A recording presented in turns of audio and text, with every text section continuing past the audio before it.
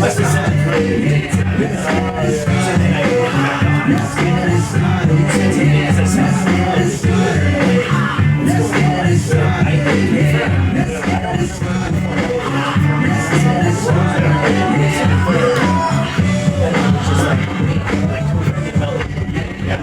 But I also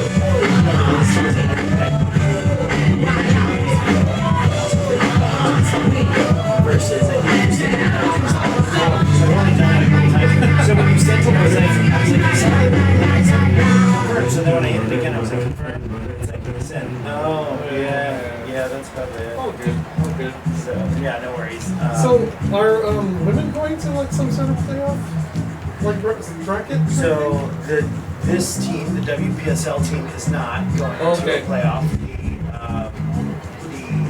The UPSL team made the playoffs, but we had to forfeit out because they would only play us on Saturday.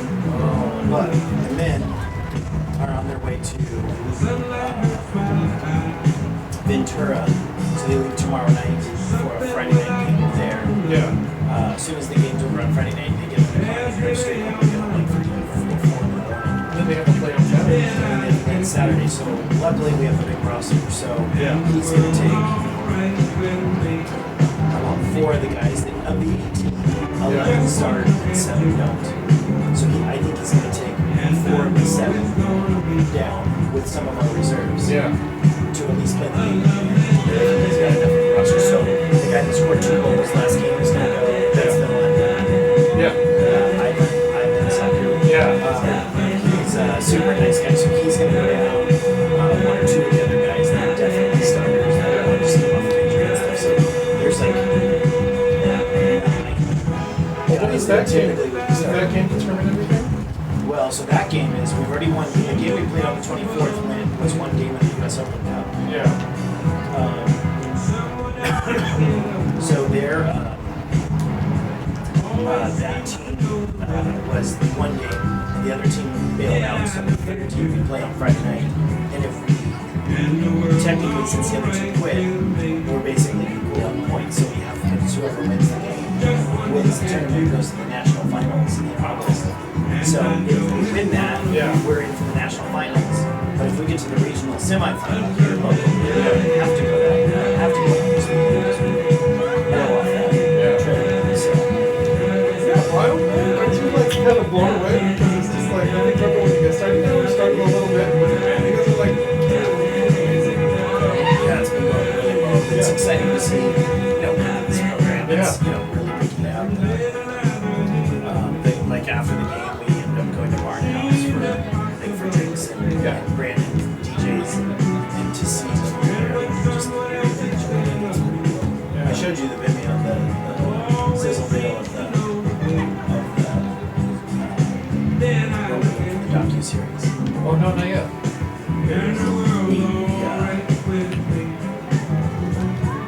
This is what the Connor did? Yeah. You haven't seen it at all? No. You haven't seen it.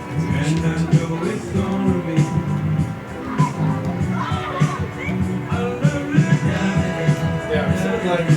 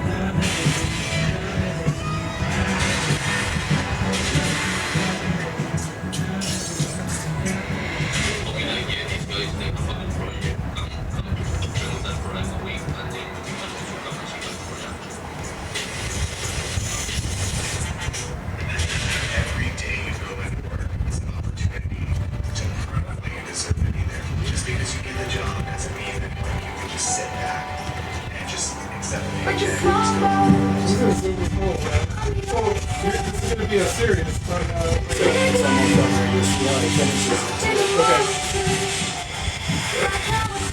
okay.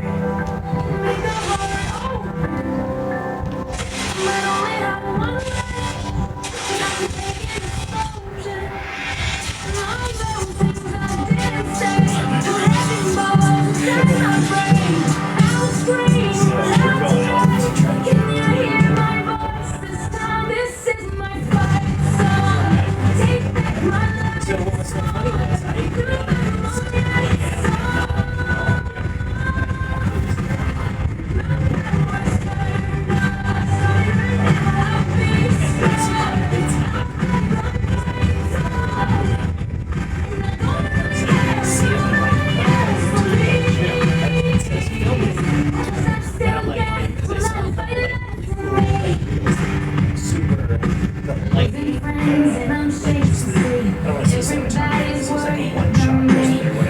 there was one that was like flickering light, it was dark, you know, like, and you're just, it's like, oh, fuck, it's really cool. You just see the vision that he had. And so I was like, so randomly, I Instagram, I said,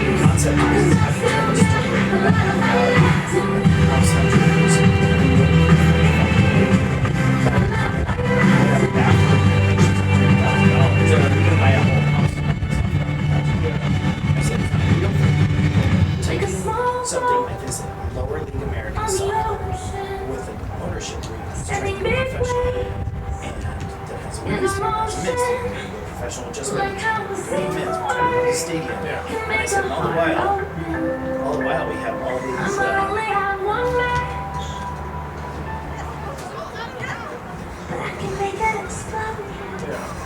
this is my fight song. Take back my life. following players, you know, chasing yeah, he's chasing the dream to play the game. He's chasing the dream to so he just start talking to him, just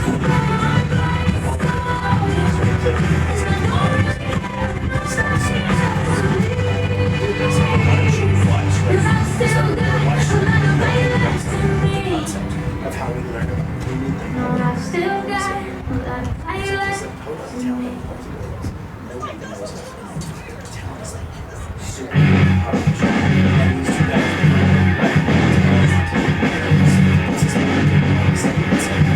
tourism flourish and stuff. Their stories it's like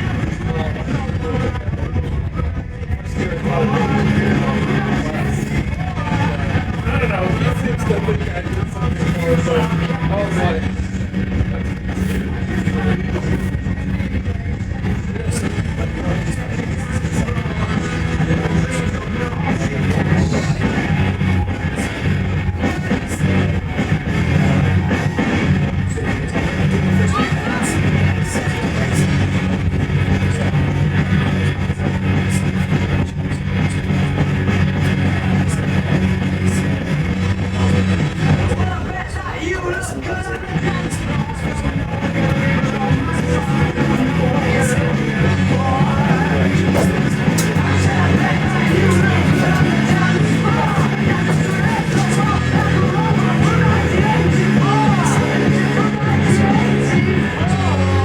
directions things to do. But similarly, like for him, is it's like anything. It's like he has the vision, right? Like for me, I have the vision of doing some of the stuff, but it's not until I get Josh. And then Josh is like,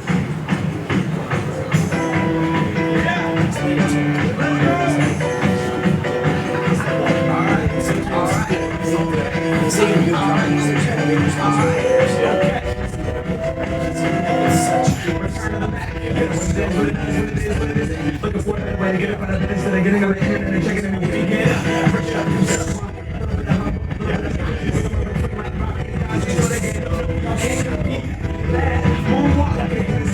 it's a party. I'm spent on Broadway. We did it all. We are music. I skin it, put my bones to everything I was going to it. And yeah, I'm on that stage light, going shine down. Got that Bob Barker suit game and blinker with my style. Money, stay on my craft and stay around for those pounds. But I do that to pass the torch and put on from my town. On my identity. Shit hustling, chasing dreams since I was 14 with the poor type busting. Halfway across that city with the question. Labels out here, now they can't tell me nothing. We give that to the people, spread it across the country. Labels out here, now they can't tell me nothing.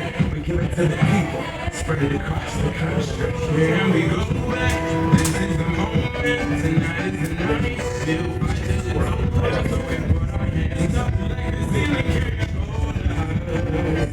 Like the ceiling can't hold us.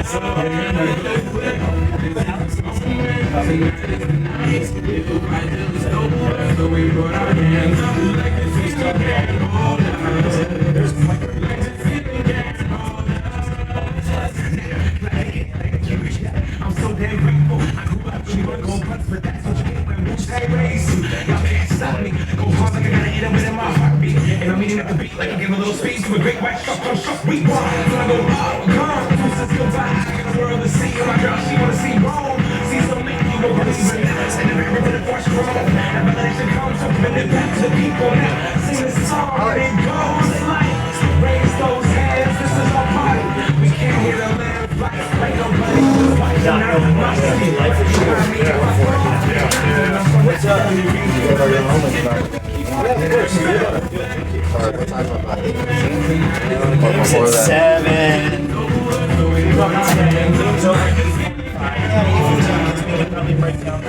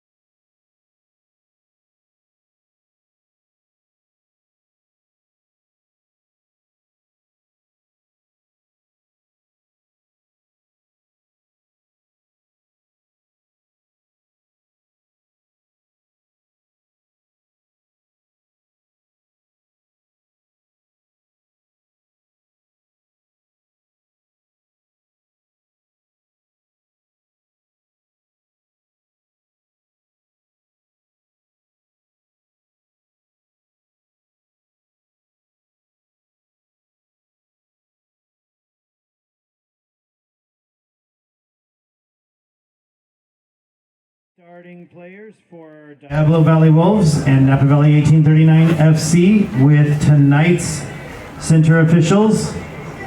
Feel it.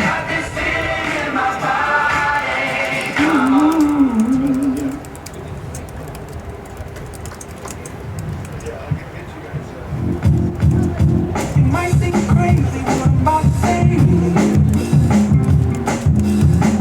Sunshine, she's here. You can take a break. I'm a hot air balloon that could go to space. With the air, like I don't. Ladies and gentlemen, thank you for joining us. Tonight's starting lineup for Diablo Wolves are the 11 women on the field. I don't have a starting lineup here, so we will just jump straight to the Napa Valley 1839 ladies. Starting for Napa, number 2, Emily Bird. Number 4, Erin Brown. Number 31, Kimberly Garcia. Number 22, Olivia Jesse. Number 8, Lauren Johnston. Number 10, Lily Lambert. Number 12, Hunter Moore. Number 1, Sam Nash. Number 3, Lily Ruiz. Number 7, Tessa Salvestrin. And number 28, Ella Turjanis. If everyone could rise for the playing of the national anthem.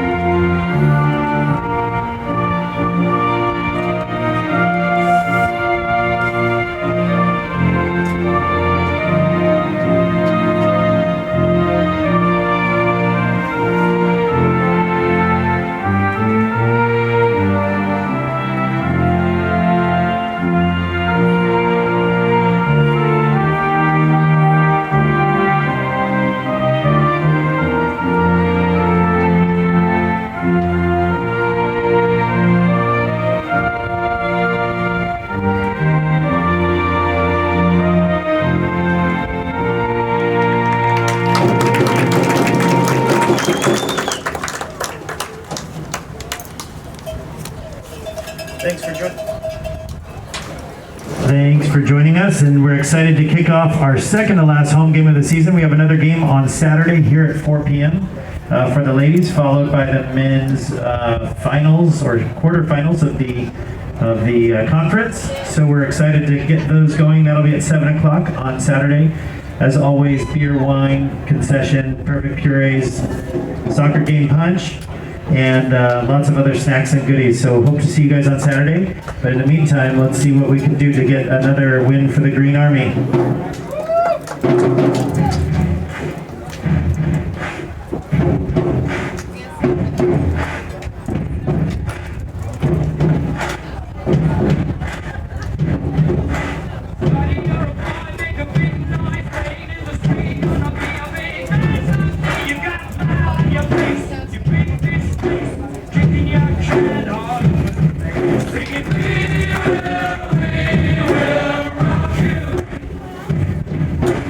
We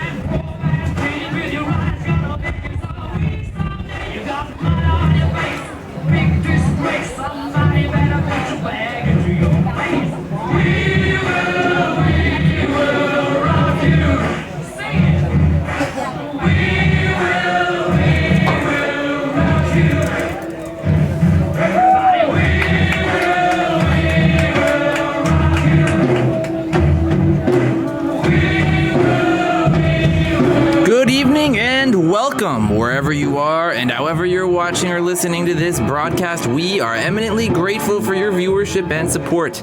I'm Hayden Larson on the call for you here this evening. You are watching Diablo Valley Wolves at Napa Valley 1839. The home team 1839, of course, wearing their classic white and green. Diablo Valley Wolves wearing red and blue. 1839 started with the ball. This rolls all the way through to Diablo Valley Wolves keeper.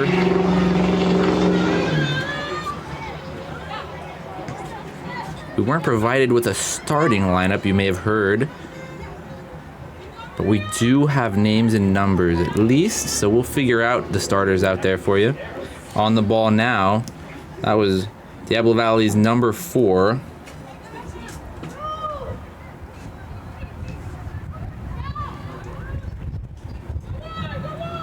Ladies and gentlemen, there's been an alligator sighting. This ball intercepted. It's Turgenis for 1839. Here's Kim Garcia. Hunter Moore making a run. Garcia sends it back.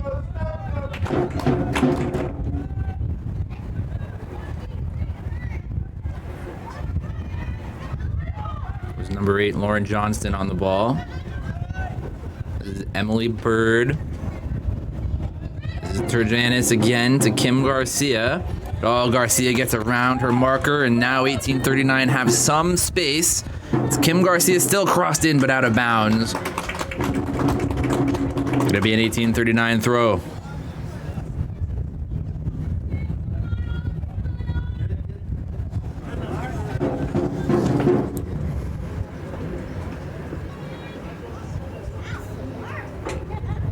$18.39 long throw in, and it's a good one.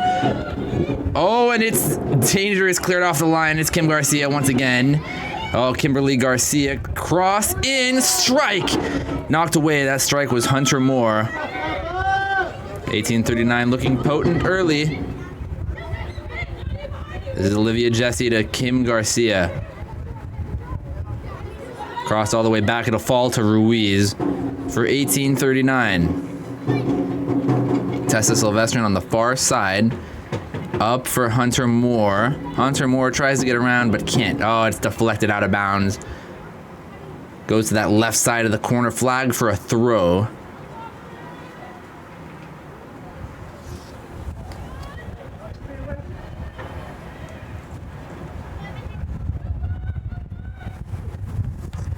Just going to be cleared away by Diablo Valley.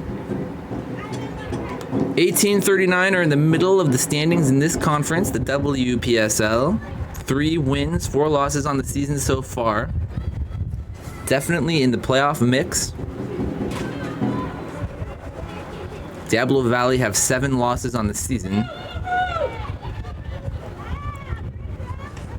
Looking to erase that 0 in the win column and get a win here today on the road.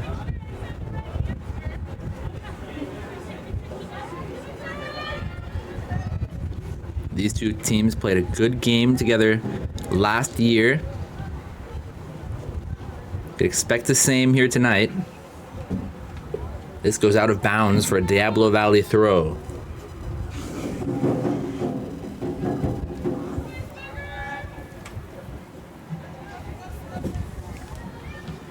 Hunter Moore on the back pass. Oh, Lily Lambert loses it. Getting back to cover, it's all the way up. Left corner, it's Diablo Valley, number 12. Crossed into number 3, Ariana Chavez. Cross in. May have been a shot. Hard to say. Either way, it's out for a goal kick.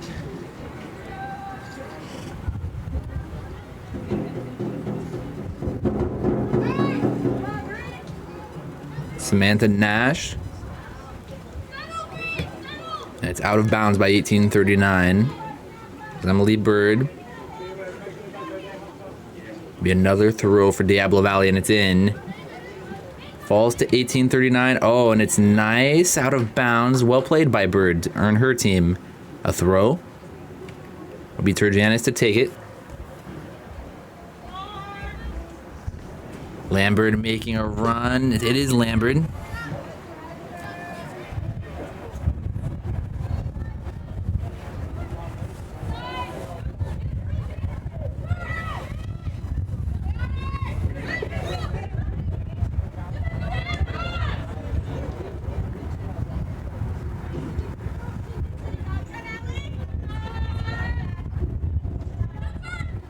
It's a much cooler day in the Napa Valley than Saturday's double headers. Much cooler. That was a record day in Napa. Hottest day of the year by far on Saturday. Oh, it's a nice ball from Hunter Moore for Tessa Silvestrin. Tessa has some space. Oh, and she loses it. Takes a bad bounce. Still Tessa on the ball somehow. Finally going to be taken away by Diablo Valley, but Tessa is there. Tessa Silvestrin still on the ball. Going to send it back for Ruiz. Not a great pass. It goes all the way to Johnston. Johnston going to switch it over to Emily Bird.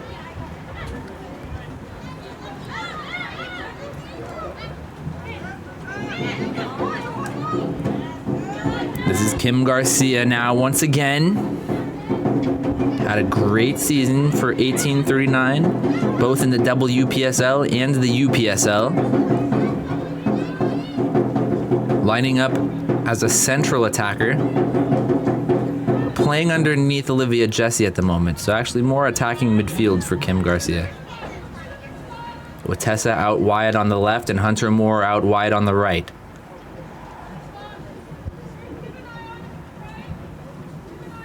It'd be a free kick for 1839. Even Ruiz way up there at the top of the left side of the 1839 team. More players over on this right side of the box, and that's where the ball goes. Ball in, just over Tessa. Just over Tessa Silvestrin, and it'll be a goal kick.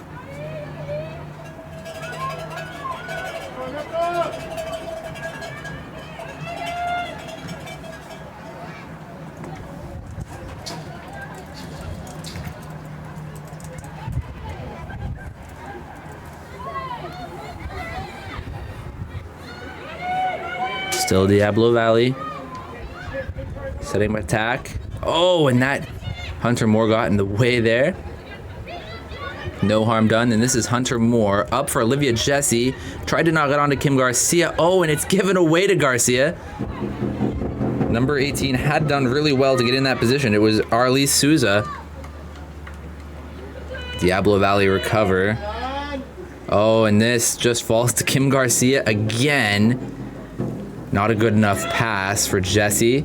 Jesse wins that ball and gets it up for Kim Garcia, though. 1839. Doing well, and it's Lambert on a nice little run. It passed to Hunter Moore, just too long. Narrow miss.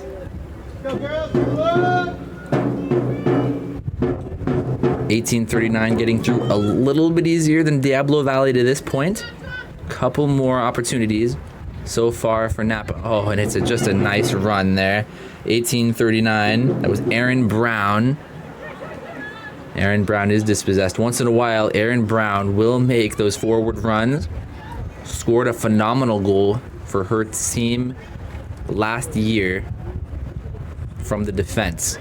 And it was a very important goal, I should add. A clutch goal. Meaningful. Helped her team win that game. Well intercepted by Kim Garcia. Oh, Garcia all the way up, intended for Silvestrin, but too close to the goalkeeper, Bianca Avia.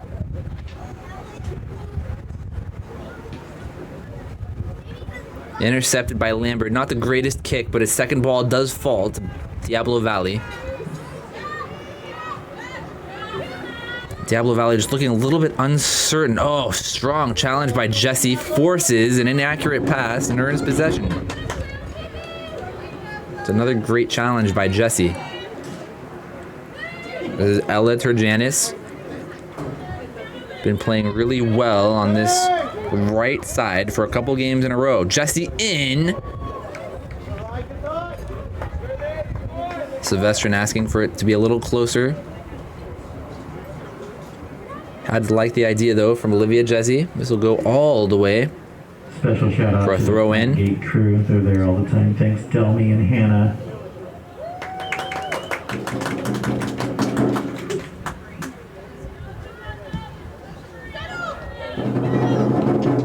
long pass intended for Kim Garcia.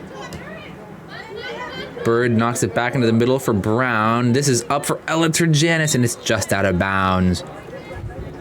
There's a nice effort on it. Once again, Diablo Valley on the throw. Brown again. Does lose it. 18:39 there. Referee says 18:39 throw. Took a while to get to that decision. Finally does agree it is 18:39. Turgenis gonna send it long for Silvestrin. Nice job by Avila.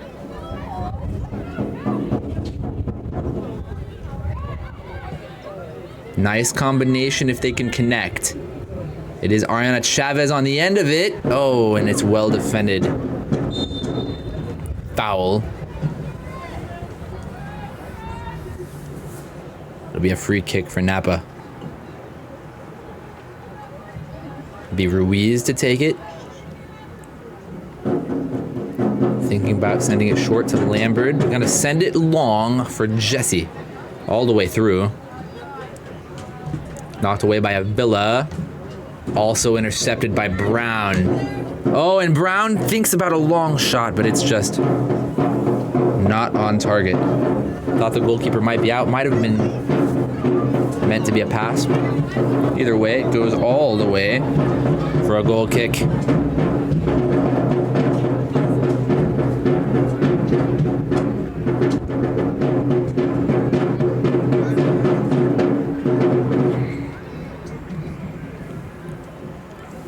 Kick taken. Another kick that's intercepted from the goal. This one falls to a dangerous player, Tessa Silvestrin, who takes a shot off the post and across the face of the goal. That would have been one for the highlight reel. Goalkeeper, very lucky. Avila bailed out by the post on that one.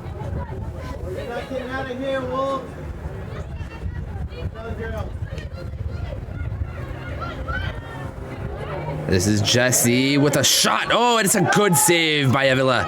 Kim Garcia loads up and it's right at Avila again. Well swept up. 18:39. Very close to taking the lead. Oh, well intercepted by Johnston. 18:39 playing with just a lot of confidence. They are just jumping these routes. Jumping the ball for easy interceptions. There's Turgenis, does it. Wins the ball. It's Kim Garcia. Nice cut. Kim Garcia still on the ball for Lambert now. Tessa making a nice run, but it's intercepted.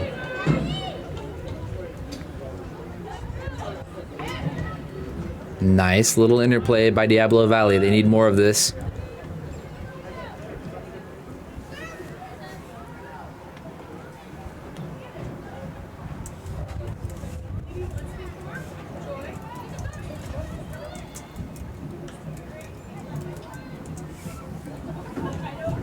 Out of bounds. It'll be an 18:39 throw, and it'll be Ruiz to take it.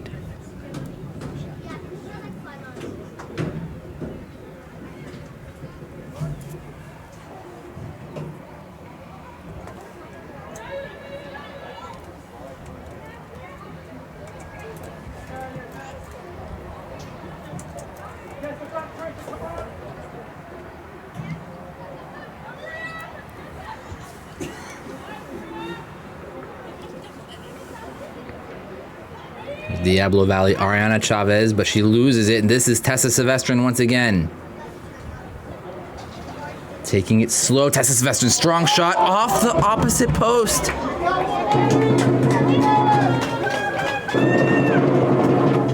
It was so well taken, so well set up. Just a hair wide.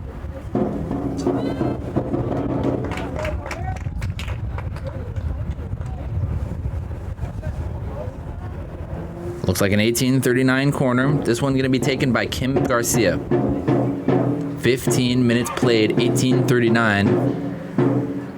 Could easily be up a couple of goals. As it is, 0-0. Ball in. Garcia. Back by Jesse. Not bad. Lambert was there, but defense got there first. It's Emily Bird. Lily Lambert back. Johnston. Johnston up. Gonna be perfect for Sylvestrin. Looked like it might be long, but it hit the brakes midair. Oh, and Sylvestrin juked out of the ball. That's Jocelyn Hom. Hom collides with Ruiz. Ruiz wins it. But this is going to be intercepted back with Diablo Valley now. Hunter Moore there to press. Referee in the way. Diablo Valley, too long. Pass by Casey Trujillo. It's too far.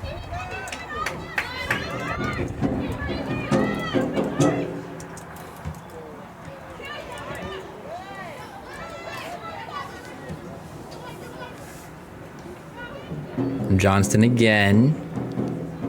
Sylvestrin drops in. Ruiz thought about maybe an overlapping run. It's gonna go slowly run out of play.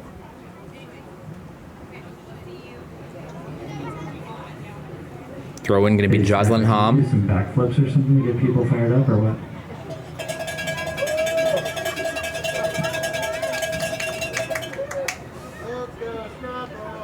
Sylvestrin wins the ball. Tessa Sylvestrin, long shot.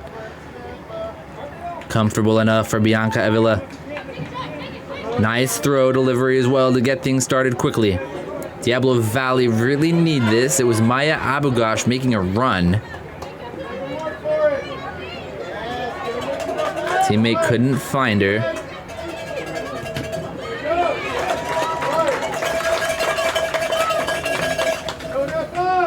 Keep that pressure. Next one's going in. Somehow don't have numbers for everybody. That was number 9 from Diablo Valley. She was disappointed, but she did win possession. And here she is. That was off the head of Abugash. This is Ariana Chavez. Won by Lily Lambert. Oh, and it's Kim Garcia. She gets there before it can run out of bounds. Oh, and it bounces off. Player. Oh, it's an unbelievable cross in. Oh, Sylvestrin fumbled it, but oh, and it's cleared off the line again. Can you believe it? Tessa Sylvestrin denied 3 times as narrowly as possible. That was set up by Turjanis. Here's Turjanis. Nice cross in for Sylvestrin. This another ball up for Sylvestrin, and 1839 have players in. Tessa Sylvestrin in for Jesse, runs all the way to Kim Garcia. Oh, and it's all just wide. Can you believe it? 1839 asking for the touch.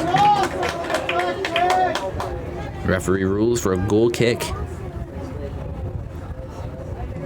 Almost 20 minutes gone. 1839 can almost feel that first goal coming. Just wide and narrowly denied a number of times already.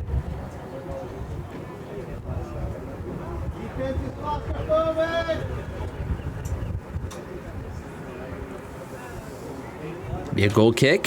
Short. Pressure on by Hunter Moore, and it works again. 1839 win the ball in a dangerous territory. Oh, it was through for Jesse, but too long. Cleared away. 1839 with a lot of numbers forward. They want to press. Brown sends the ball in, and it's just out of bounds for a goal kick. Substitutions already. 20 minutes, not even.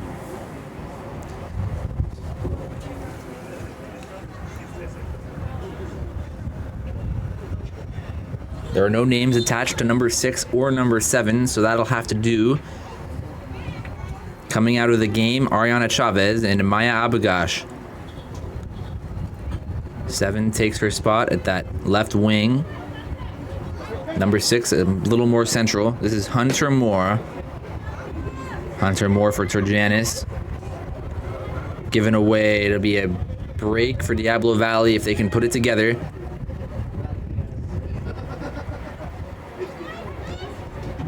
That was Casey Trujillo there, but couldn't hang on.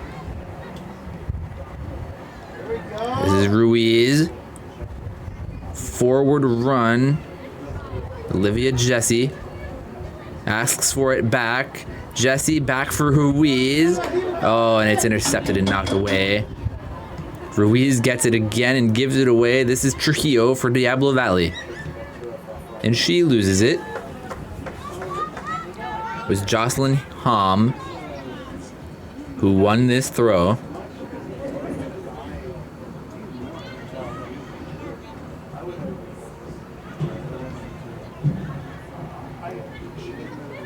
Nice little play, if that was intentional. Nice. Oh, it's number 7. Just came into the game. Oh, and Kim Garcia now again up for Hunter Moore. Nice little flick, and it deflects. A little bit lucky off of Lily Roberts to Lambert. Ball for Sylvestrin, and it's up for Hunter Moore. Picked up by Bianca Evila again. Kim Garcia, Tessa Sylvestrin is wide open once again. Tessa Sylvestrin still on the ball. Sylvestrin knocked out by Bianca Avila. It's a number of good saves for Avila. Oh, and player down is Tessa Sylvestrin.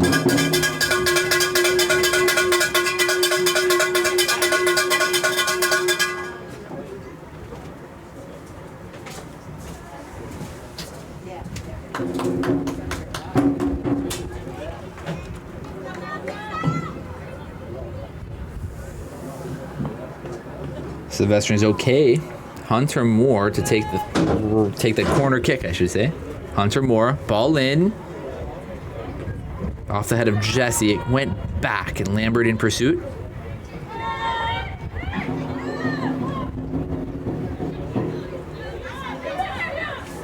The Turjanis, Kim Garcia.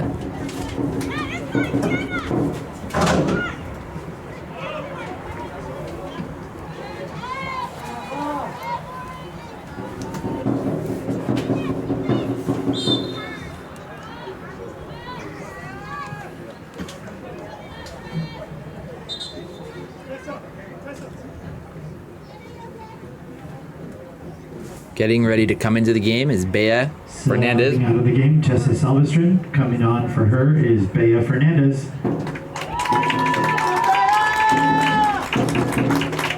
Bea Fernandez will be one of the youngest players in this game. She's one of the youngest players on 1839. Debuted for this club last year.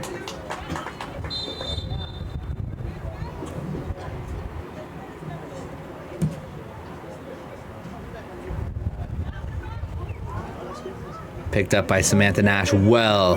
This will be the first touch for Bea Fernandez. Now it won't be because Nash threw it out of bounds. It'll be a throw-in for Diablo Valley.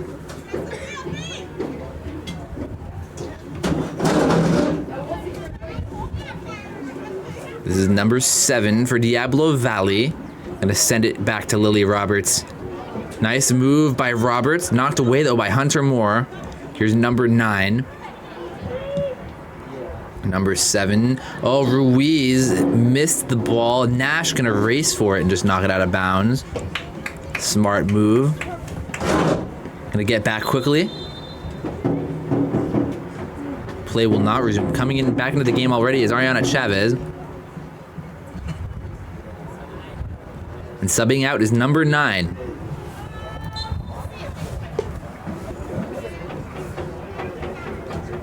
Brown somehow wins this throw, and it's in bounds. Kim Garcia all the way on the left. Bea Fernandez making a run. Jesse thought about... It is intended for Jesse. Oh, nice knock on for Hunter Moore, and Bea Fernandez is wide open. Oh, Fernandez gets a lucky bounce. She's still with the ball. Still a fight for the ball. Diablo Valley win it. Really need to clear. This is Lily Roberts once again. Roberts back. Just gonna... Oh, it's not gonna be cleared away. It'll be intercepted, but the second ball lands back for Ariana Chavez. This time it's cleared away, but intercepted by Ruiz. Natalie Farias in pursuit. Ball crossed in and somehow finds Olivia Jesse. Back for Kim Garcia. Knocked off the ball once again. 25 minutes gone. Oh, Lambert loads up for a long shot. Saved by Bianca Avila.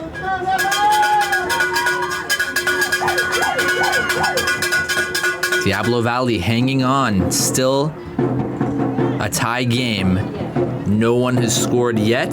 18:39 with the better opportunities to this point. But it means nothing.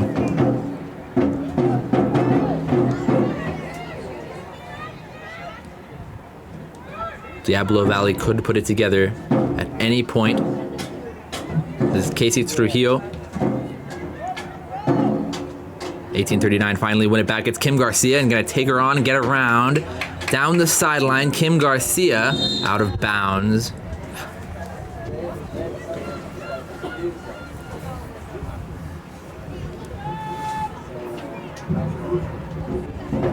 It's Ruiz.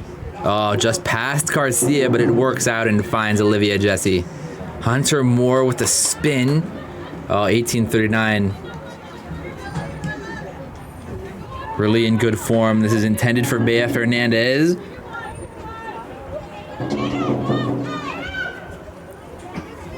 Turjanis all the way up to press. With the pressure on there.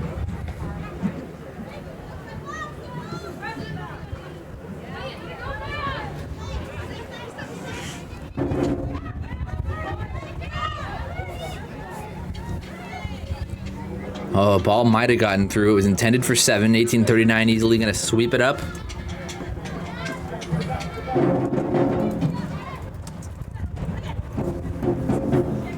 Bea. Aaron Brown. Hunter Moore. A lot of green grass. Takes on directly down the middle. Hunter Moore. Falls for Kim Garcia. Hunter Moore again.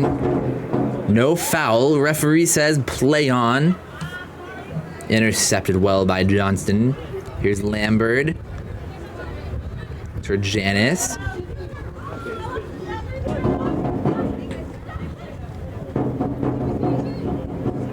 Strong touch by Jesse, but she's still on the ball. Not sure if that was a cross in.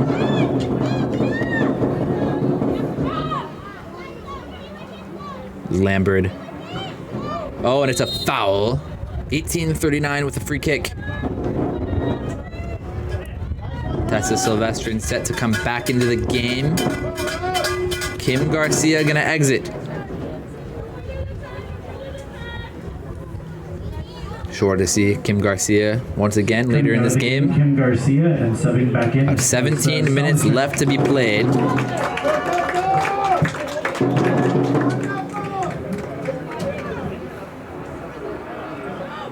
Free kick to Aaron Brown standing over the ball.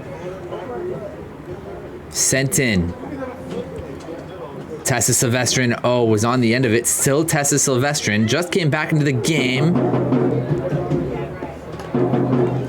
Diablo Valley Wolves look to clear this away. Just a lot of players for 18:39 in the area. And Lambert is the one to come up with it. Back up for that.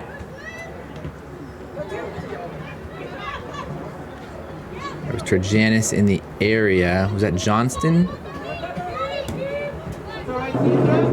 Out of bounds by number 16. It was Jesse. Olivia Jesse dropped into the midfield there to set that up.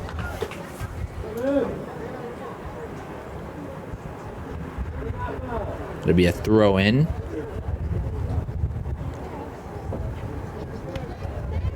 This ball chased down all the way into the track by Aaron. Or no, it was Emily Bird. Throw taken by Turjanis. Ladies and gentlemen, for her birthday tonight, Anna Campana won a Mountain Mike's gift card. Happy birthday, Anna.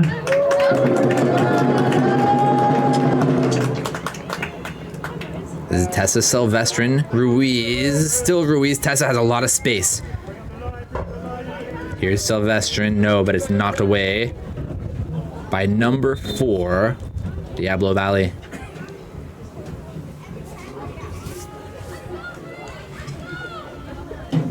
Unfortunately, missing a good number of numbers and names. So it's an incomplete roster from Diablo Valley.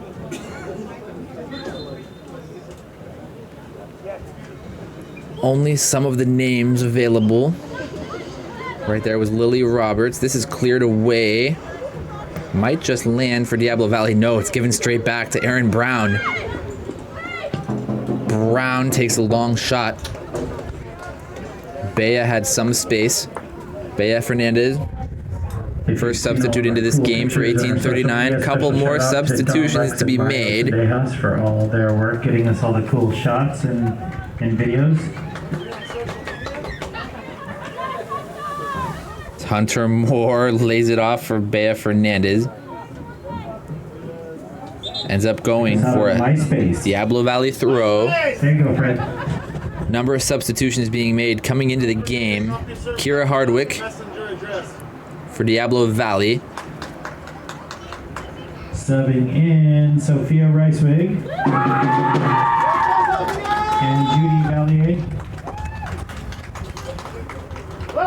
On the stadium PA is Eric Housley. May have heard him announce that Valier coming in for 1839 along with Ricewig. This is Ricewig. Been very, very active in that midfield when she's been on the field. It's been a good run of play for Ricewig.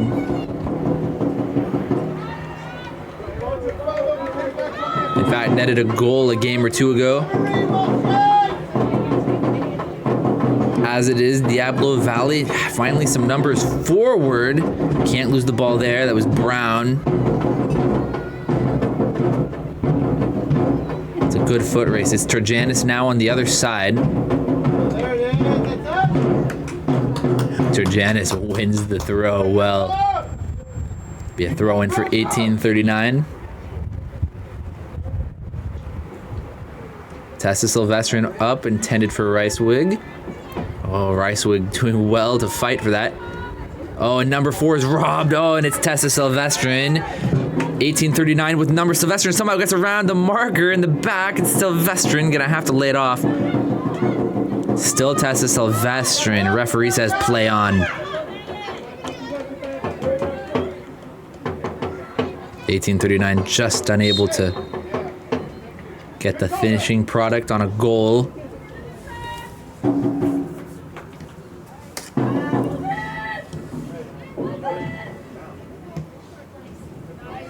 Long ball well taken in by Tessa Silvestrin. Gets it all the way wide for Judy Valier. Just came into the game. Judy up for Bea Fernandez. Fernandez might have a cross in by Fernandez, but well saved by Bianca Avila. Right there on that near post was Avila.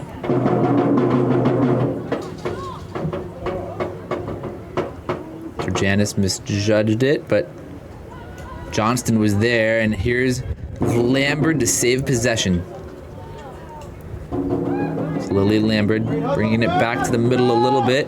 Brown sends it back to the sideline for Turjanis, and of course Tessa Silvestrin still wide open, but Turjanis gonna overlap. Oh, and Turjanis looking for Tessa Silvestrin, but finds the feet of a Diablo Valley player.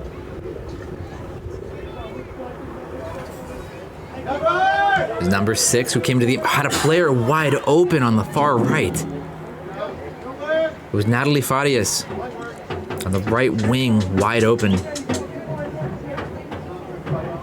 Chance goes begging. Gonna be thrown in by Jocelyn Hom.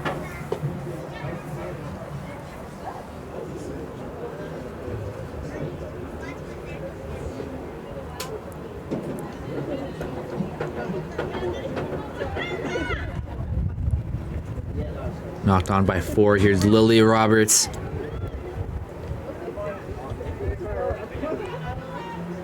Tessa Silvestrin. Dropped a little deeper. It's Brown all the way forward.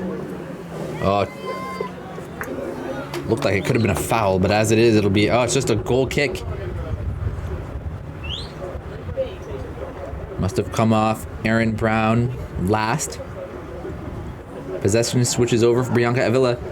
The Diablo Valley Wolves have to be happy with this. 35 minutes played now. Not many opportunities for them, and a lot of opportunities for Napa. So the fact that it is scoreless is a good correlating factor. Intercepted by Lambert. It's a number of poor goal kicks taken now. Roberts knocks this one on well, though, to bail out her team.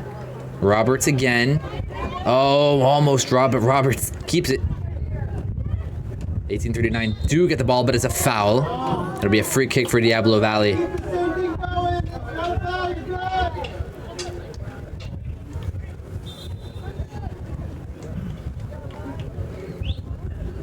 Hunter Moore going to come out of this game. And coming on, Maya Goss. It's Maya Goss. Goss also scored a goal within the last few games. Coming back into the game is Casey Trujillo.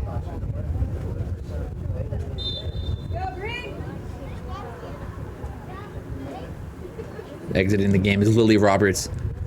Played well for her team to this point. Likely to see her again. Coming back into the game as well is number 9. Good number of substitutions. They want some fresh legs for the end of this half. Don't want to give anything up. Maybe score a goal. Both sides have to be thinking about that.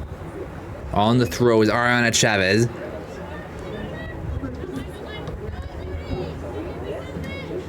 Valley are forced off the ball, but it goes for Napa.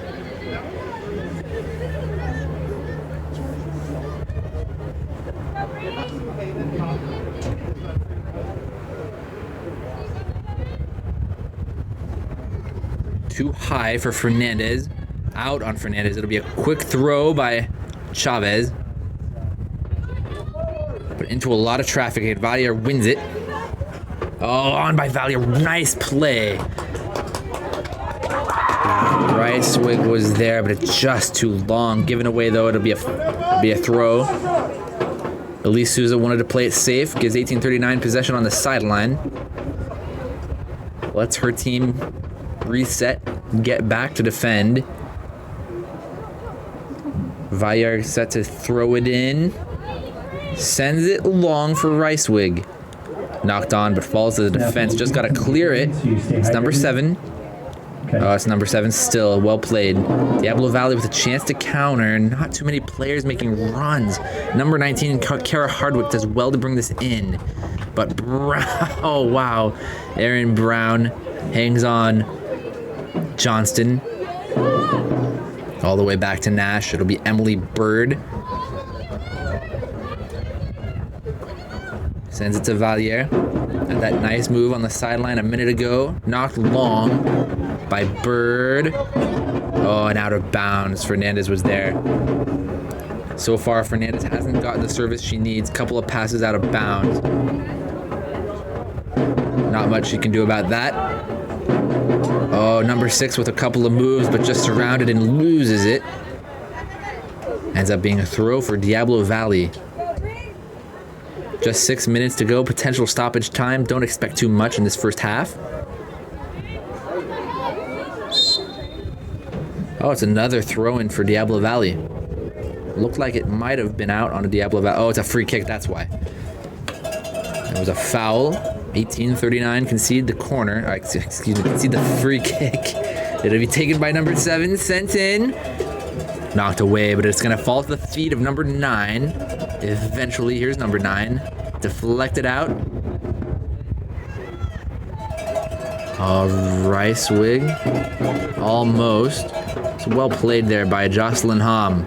Under pressure. Intercepted Brown. That's a number of interceptions for her, and it's a nice pass. Ends up being knocked away by Avila.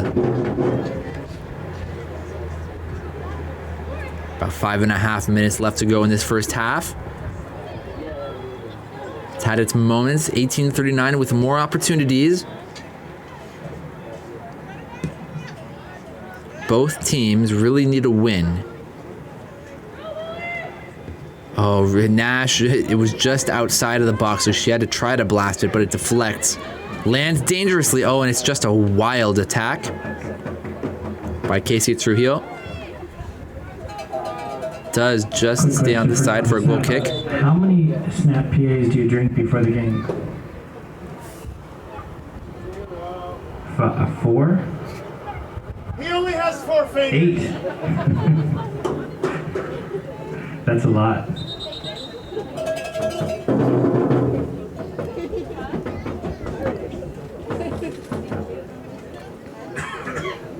Four and a half minutes left.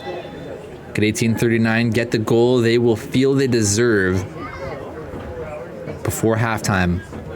Could Diablo Valley steal one? Might be their first shot on target if they did indeed net a goal here in the final 4 minutes of this game. That's all it takes.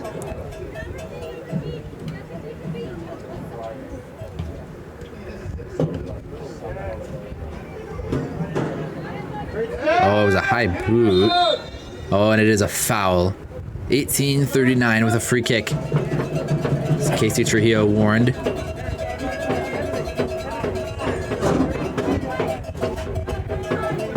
This will be taken by Bird.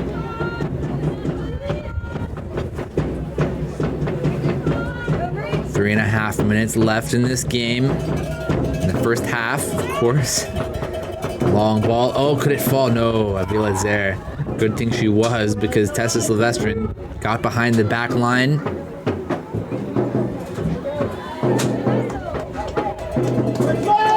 Bird back to...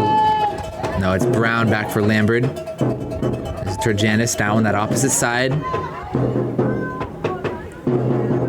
Silvestrin. Oh, it's a long shot. 3 minutes left.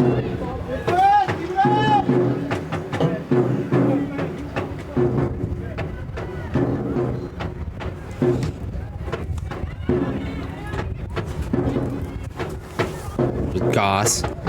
Different number this time, number 14. She scored that goal as number 8.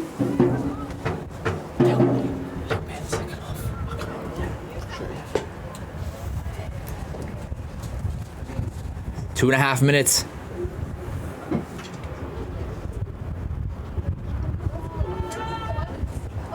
We have Diablo Valley ball.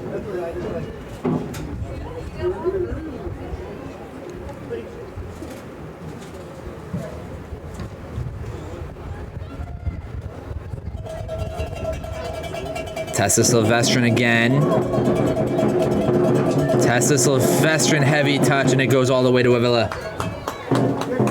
2 minutes. All that remain in this game. The first half. It's another poor kick. I mean, there were players there that time for Avila. Hard to blame Avila on that one. It does fall for Tessa Silvestrin. It's a poor kick taken. Oh, and Avila makes the save once again. Frustration by Silvestrin.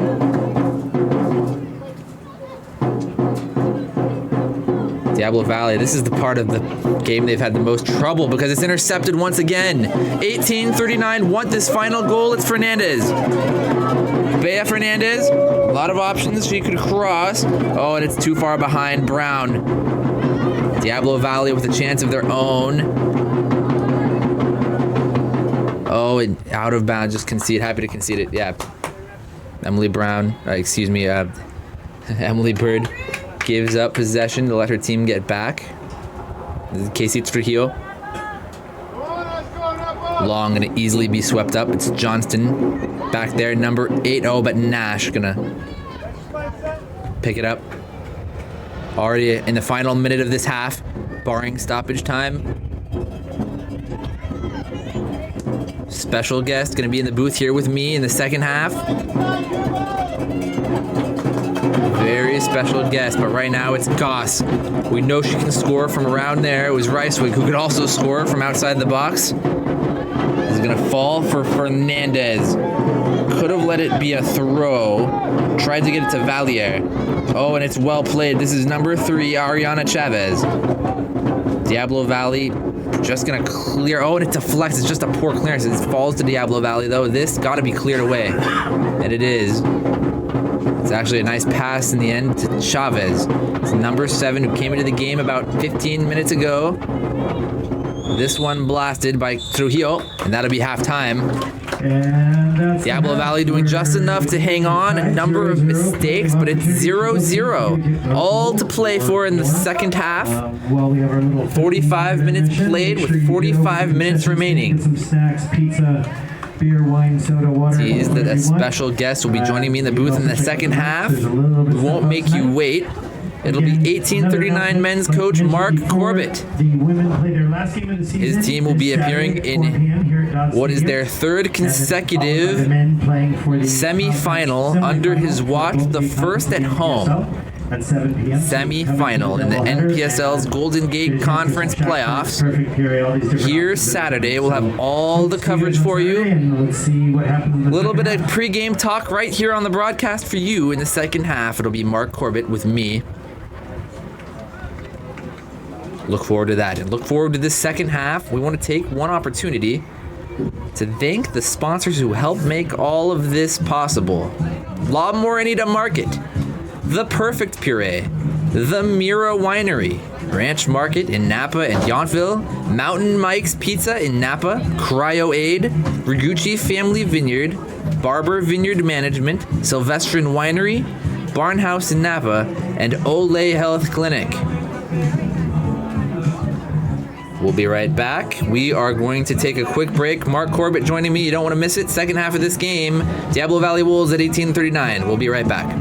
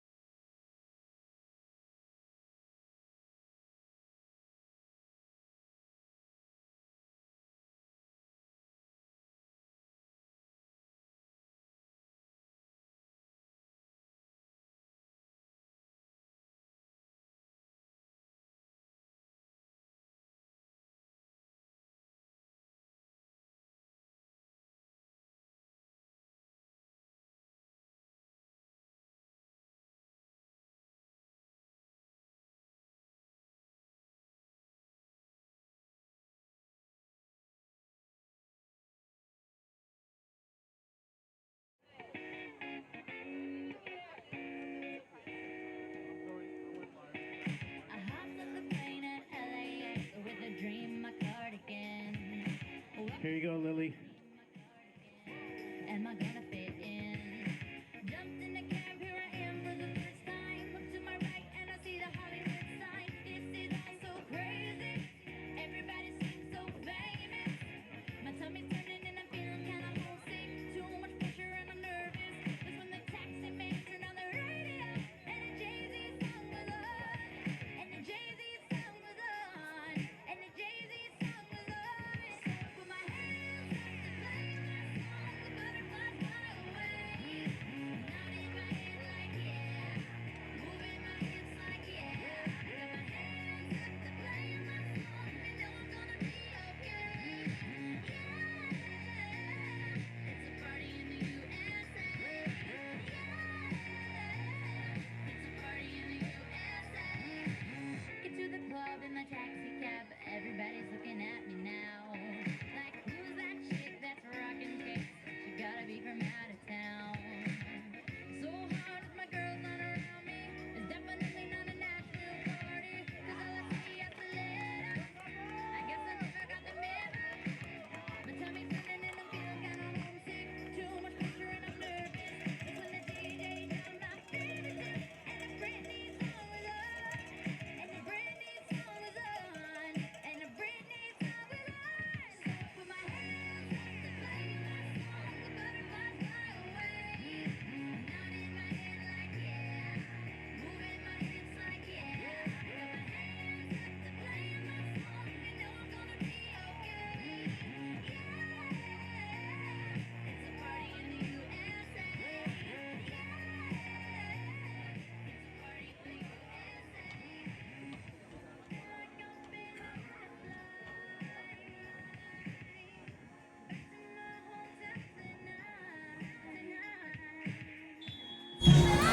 a We're underway in the second half. It's Diablo Valley Wolves at Napa Valley 1839. It's a scoreless draw to this point. Both teams have taken halftime, switched sides, and this is Ruiz. Physical battle already. Hold up play, nice. Already Lily Lambert winning possession thanks to Ruiz.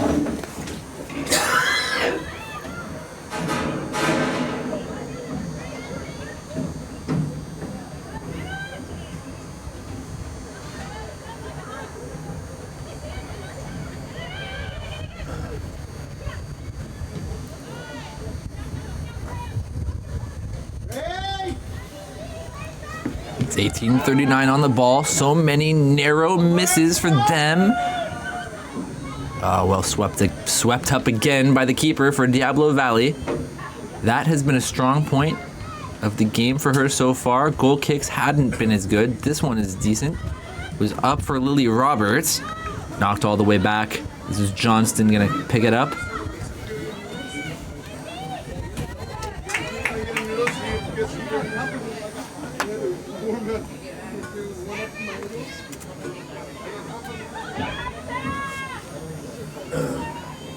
This is Tessa Silvestrin, and she's through. Tessa Silvestrin won't be denied this time. It is a goal for 1839.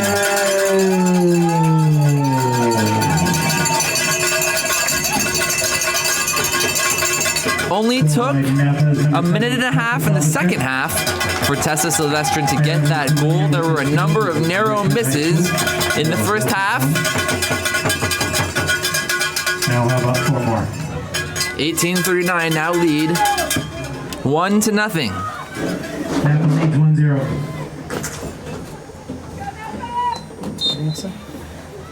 Good! More coming!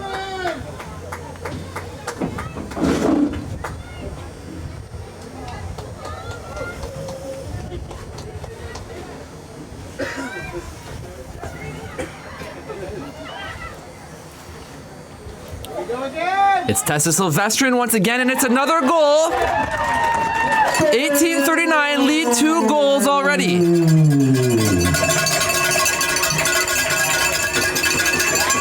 Just like that, the dam breaks. And 1839, in less than 3 minutes, score 2 goals. As promised, it's a privilege to be joined in the booth once again by 1839 coach Mark Corbett, coach of the men's team. Coach, your team appears in an all-important semifinal. It's your third consecutive semifinal. How are you feeling just a couple days out? Yeah, excited.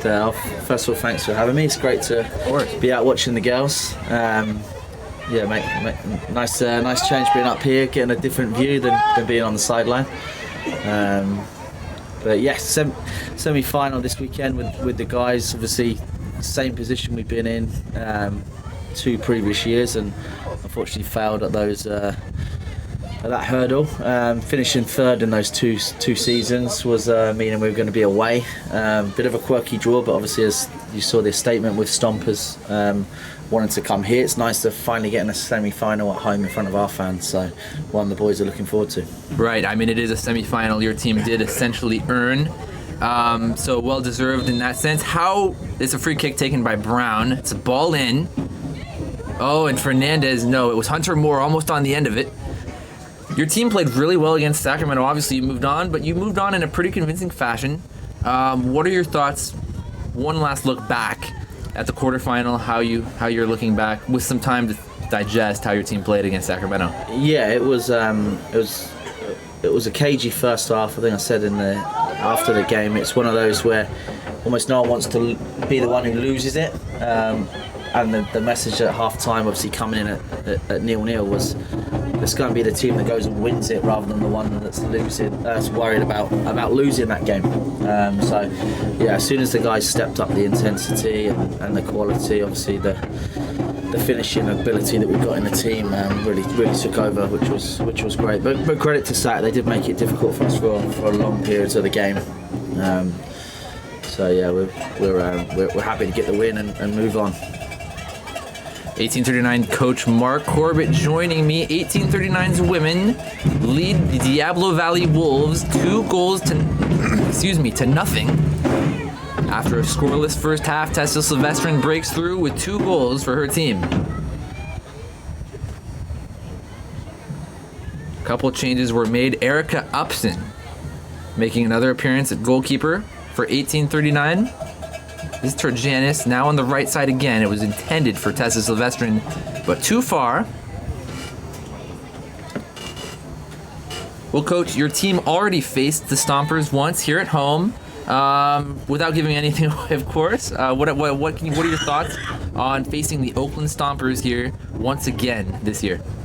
Yeah, I mean, I think when you're 4-0 up at half time and 10 minutes to the end of the game you're hanging on, it shows they've got a bit of they're not going to lie down and accept a beating. They're going to keep fighting all the way through to the end. So they made it very difficult for us until Arjun got that 5th goal, almost last kick of the game, to feel like a bit of a breathing space. It certainly was in the second half. I thought they pressed excellently, caused us some problems. 1-2 penalties, which obviously I thought at the time they were penalties. They got themselves in positions.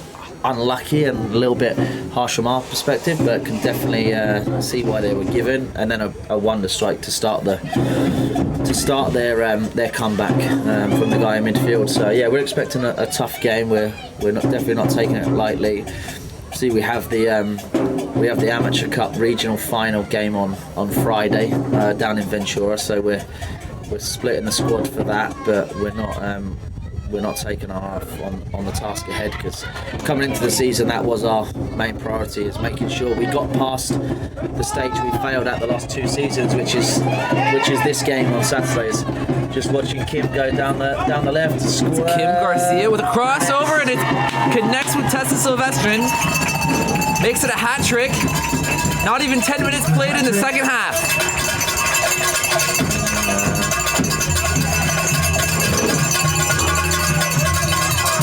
Well, you'll certainly be hoping that your team plays a little bit like this. Absolutely. Come Saturday. Yeah. Tell us a little bit more quickly about that Friday. On Friday, there's a game. Tell us what that is in Ventura. Yeah. So the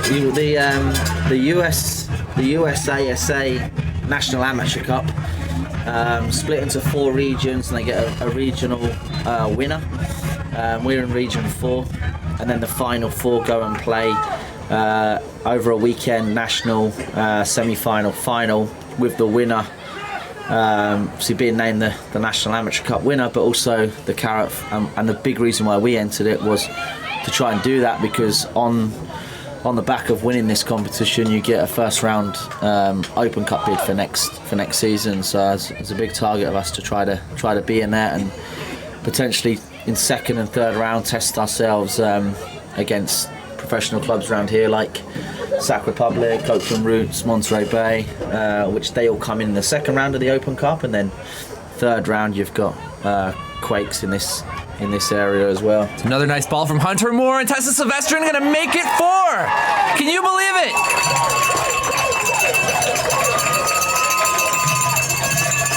I guess I wasn't kidding when I said how that's 4 for Tessa. I mean, you have to say, Coach, it's well-deserved. You saw that first half. Tessa was off one post, then another, then just a hair wide. Yeah. What's been I think what's been a big difference is it's not been one person trying to do everything. I think first half it was a lot of trying to take 2, 3, 4 players on. I actually missed the first 2 goals that happened so quickly, making my way up here to the commentary box. But yeah, a good run by Kim, and unselfishly rolled it across for Tessa, and then there. I think in the first half in that position, Hunter might have shot, but found a simple pass, and Tessa's finished it well. So great So play much from the quality. girls, and really dominant position now, being 4-0 up. 10 minutes in. Such quality across the field for these women. Is that more of a coaching adjustment, or is that something the players just have to figure out down there on the field against this other team? What do you think that is? I think it's a bit of both. As coaches, we try to get the players to figure those solutions out, maybe with some loaded questions, but it was certainly in the message, but the players recognised it as well, so you kind of ask the question and hope they give you the answers you're looking for. And it's a very well educated group, high soccer IQ, so they knew the problems in the first half, and so 10 minutes in they've done well to fix them and really take the game away, I think, from Diablo now. It's probably going to be pretty plain sailing from here on in. Well, Coach, you're obviously busy. Are you going to be the one in Ventura tomorrow on Friday? Yes. Wow. Yeah. So you have a full plate. Yeah, we'll be myself and Coach Rogelio will be taking the team down Thursday night after practice tomorrow. Stop the night halfway down, and then play the game Friday, and we'll have to make that long journey all the way back up and probably arrive back into Napa at 3-4 a.m., which is That's not ideal, especially ahead of an all-important semifinal then too. Are any players going to appear in both games, or is that off the table? Yeah, there'll be some players that will appear in both games, but as I said, our priority is Saturday night and making sure we get ourselves into the conference final, which as a club we've never been to. Of course, it'd be historic. Well, while we're on the subject of your other teams, you're also coaching the women in the UPSL. It's the under-23 1839 team. Tell us about that season and how it's gone for you in your first season. Yeah, it's been really, really good. So the club wanted to invest in an additional women's team. We had big numbers at practice last year, and we looked at it as the quality obviously coming from afar that comes into this group sets us up well to compete at the level we're playing in, but we also recognise that we've got a lot of younger talent in Napa, so it was important that we didn't block their development and giving them chances to play against adults. So although for us it's a U23s team, we're playing in the UPSL, which the other 6 teams in the division, it's their strongest women's team that we're up against, but our squad's predominantly made up of 15, 16, 17, 18-year-olds, maybe some 19, 20-year-olds who are at the local community college. So there's a real good local feel factor for the girls, and really preparing them well for hopefully in a year or two they're out here competing in the WPSL. That's the pathway for it. So valuable to have that youth and development for a team like 1839, and the fact that your team is doing so well in their first season, really promising for their futures here at this club and their careers, of course, too. Yeah, absolutely. I mean, as I said, we were playing only other clubs' first team, so we went with no real expectation. We were confident we could compete because we knew we got good young players, and that's the reason why we were doing it. But having having started off so well in the first game, was always pleasing to start off with a win, and I think that gave the girls huge confidence. Of not only was Coach Ben, the WPSL head coach, leading that game, I was with the men because it conflicted with the men's game. I think it gave the girls confidence. They performed well in front of the WPSL coach, but also they've got a win in the league, so they went on there with finishing the season with 3 wins, 3 wins, one draw, 2 defeats, and finished in 3rd place. And that means playoffs, correct? In the playoffs, yeah. So the team we played in the last game of the season, which we lost 3-2 to against Yuba, that's the team we now play in the playoffs. So we're just trying to figure out how that's going to work logistically. It's quite a challenge trying to juggle everything up, and especially when you've got teams going in multiple competitions going far. It's a challenge. Is there even a date for that game yet, or? Yeah, at the moment it's Saturday, which Yuba won, so rightly deserved to play the game when they wanted. But Saturday's almost impossible for us to be able to field the team with the WPSL. That's final true. Game here. Oh, that's true. Yeah. Men's semi-final straight after. Not just players, but also staff trying to get staff there. Of course. Well, we'll keep an eye on that. Congratulations, though, another successful season. Lots of successful seasons here at 1839. I mean, we're looking at maybe 4 teams, 4 playoff runs. The men playing in Ventura tomorrow on Friday. So the club is looking really good. We talked a little bit about the Stompers. We'll get back to the men who are playing in the semifinal on Saturday. Maybe that experience playing them already helps, because the Stompers did come back on you in that game and you ended up winning.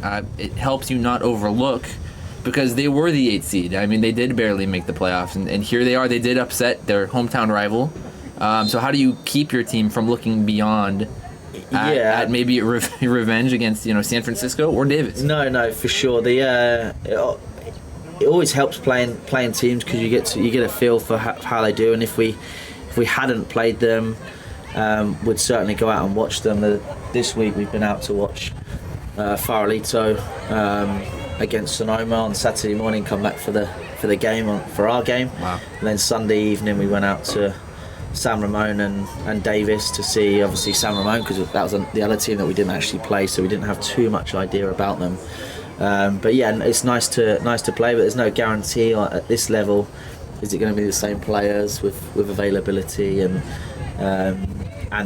we don't know. When we played Stompers, was that their strongest team? Do they have guys missing?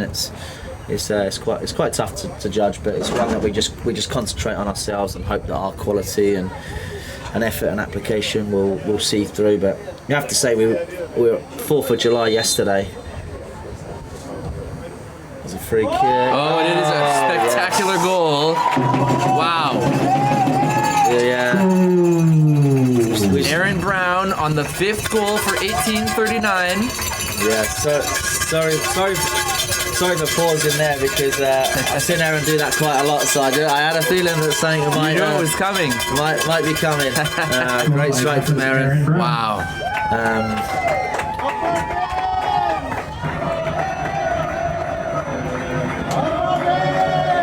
Yeah, brilliant.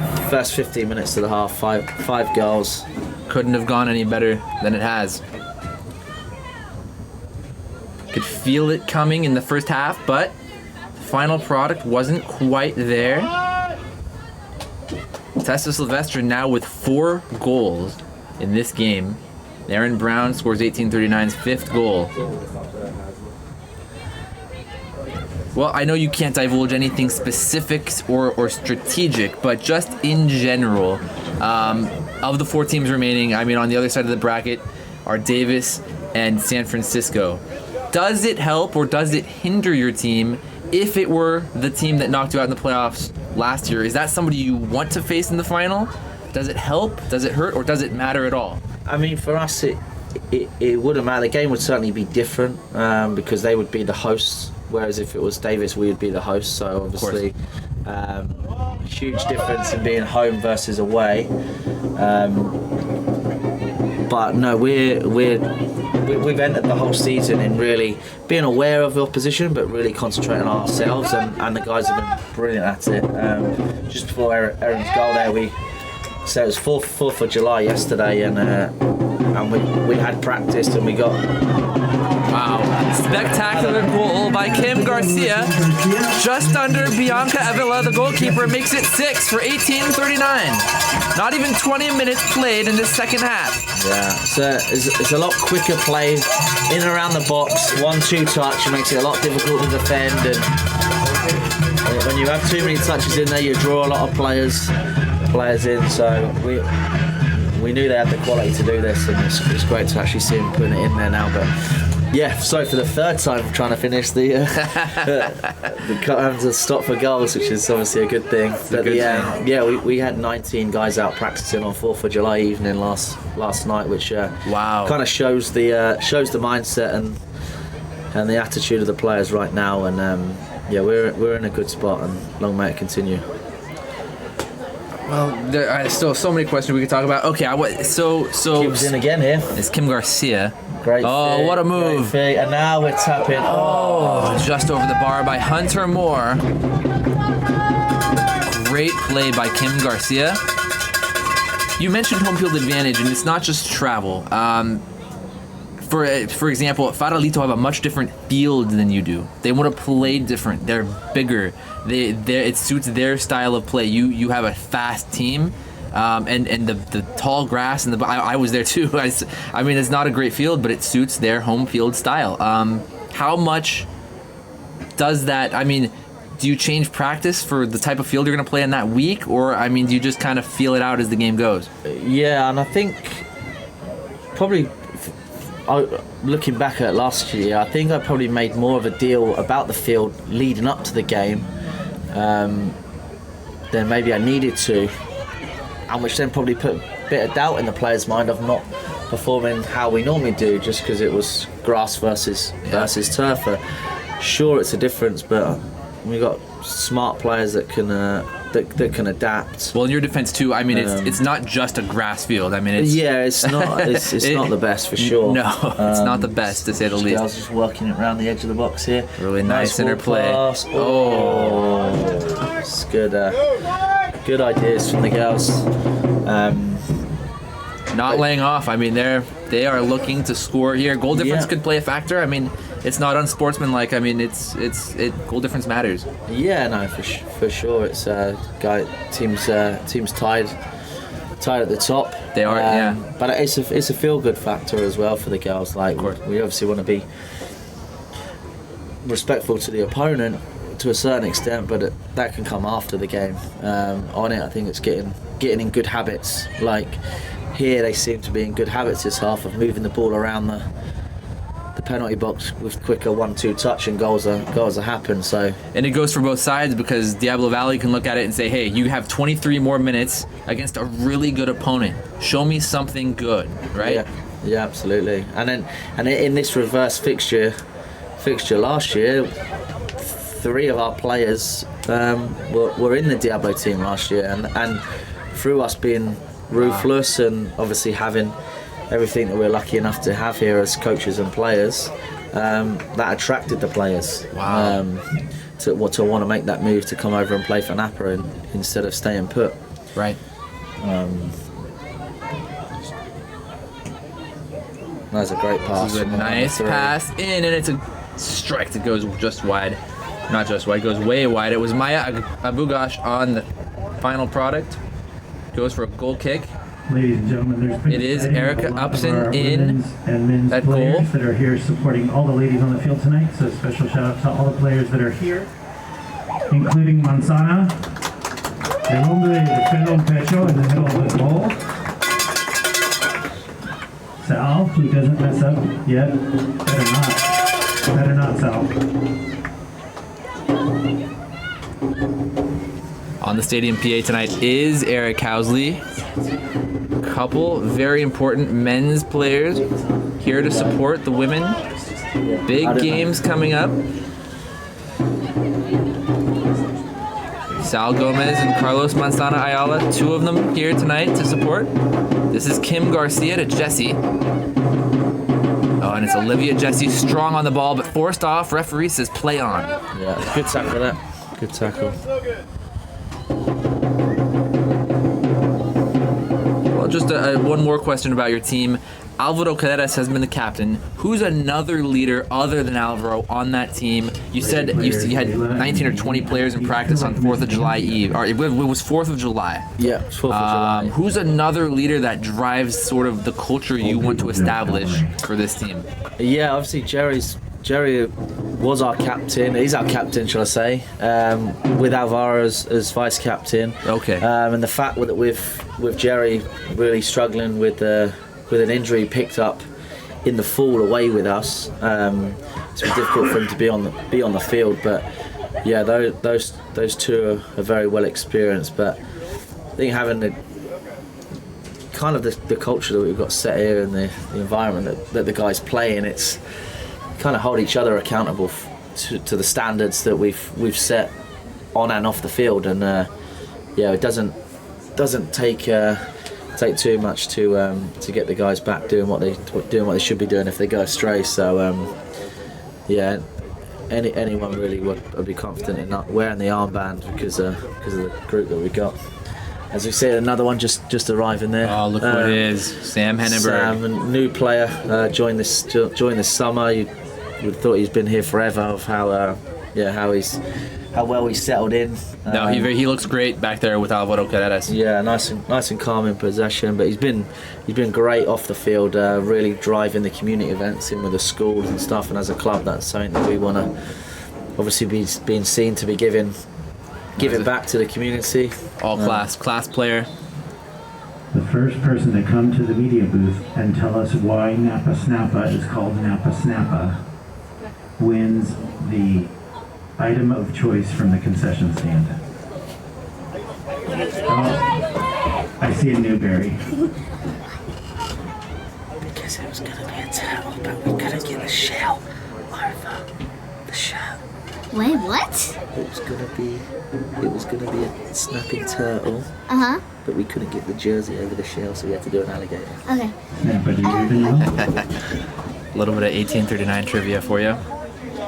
Wasn't it supposed to be a dragon? Okay, here's the answer from Kalia Newberry.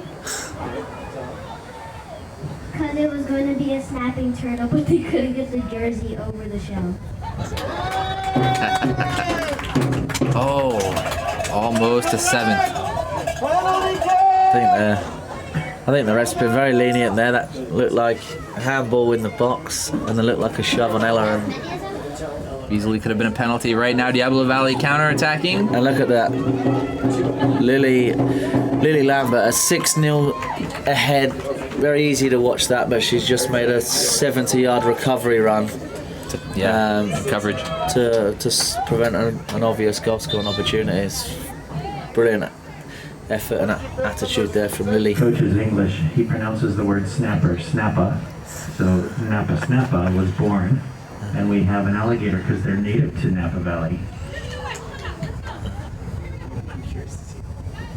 You heard it there. Well, Coach, Dario Pavone is still the national leading goal scorer now, 15 goals, 10 games according to the NPSL. What are your thoughts on your star player? Yeah, he's been brilliant. I think it was just the little switch for him to go from an attacking midfielder to a central striker was one that was we liked the idea of, but it was really forced when G moved on. Allowing him to do a little bit less on the defensive side, but really concentrate on scoring goals for us. I think we've it's been a really good weapon for us with his calmness in the box, as you saw on Saturday night. Just to take that 2 or 3 extra touches, sell the defender going one way. It's Bayer and Kim looking to connect. A couple of good moves, but eventually dispossessed. 1839 back on the ball already. That's an interesting history for Dario. So that first year that you were here, he was a center attacker, huh?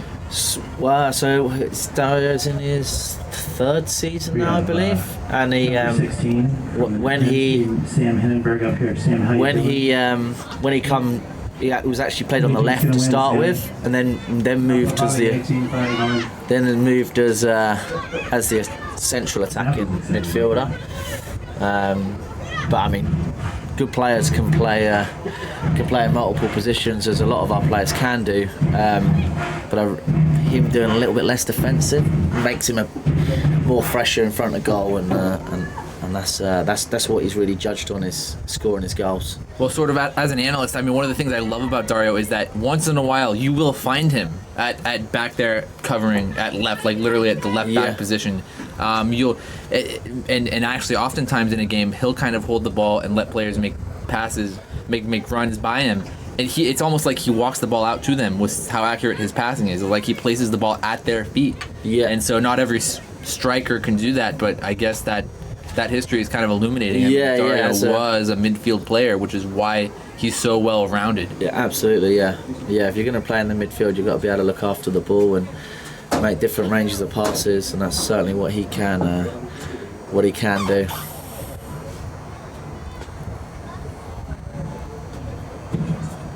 Would it be fair to say, as an analyst, could you make the argument he's your biggest impact player, just by the simple virtue he scores the goals? Is that fair? Yeah, and fortunately we've not had to play without him. That's true. So I think there's been games where Paris hasn't been on the field, Sal hasn't been on the field, Alvarez hasn't been on the field. Like Sam, Javi with a suspension. See, Luis has been pretty ever present and been great. The wingers have been rotating quite fluidly. Alex and Manzana as keepers. Yeah. So yeah, we haven't actually had to cope without him too much. So that's a fair point. I mean, he's actually been a constant. For your team. I mean, the past 2 years, really, at that center attack. Are you at liberty to say who would be your striker in for Dario Pavone?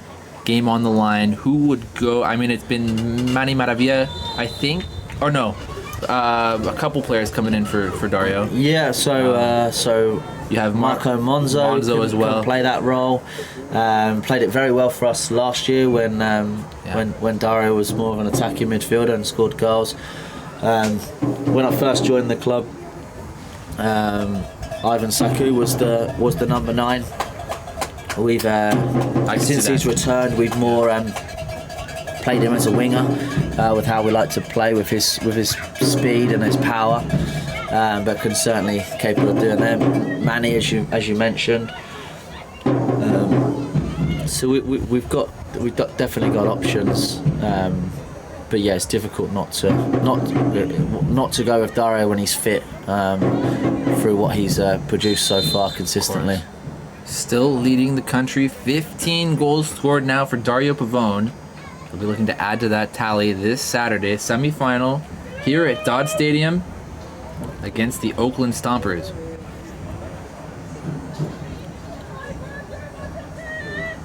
(1839's women's team putting on a goal-scoring clinic just in the last 35 minutes. It's Diablo Valley on the ball, looking to erase the 0 on the scoreboard. Quick counter, Napa! Quick counter! 1v1 up top! It was a strike on the goal, and it was a good save off the crossbar, too. It's a nice save by Erica Upson. Oh, and there could be a counter here with Bea Fernandez on the counter, as Coach Corbett said. Oh, and just dispossessed by number 4. Don't have a name for number 4. Well, backs it up.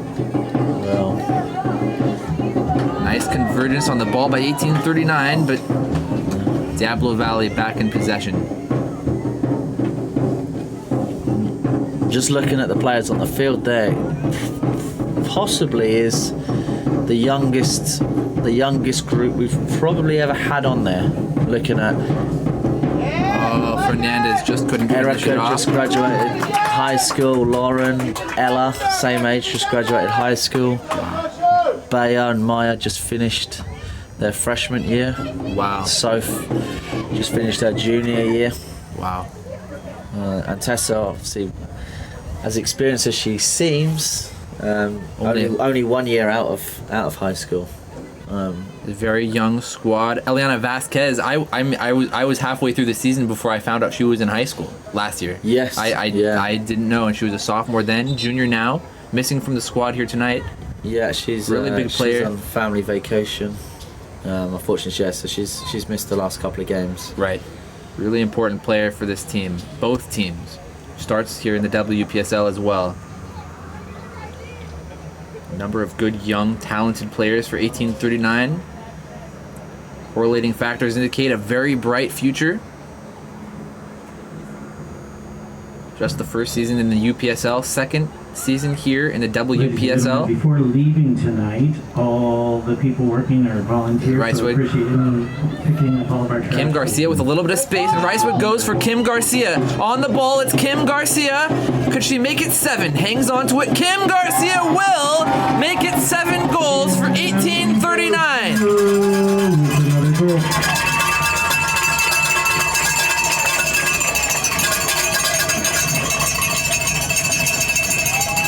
She'll enjoy that one against her former club.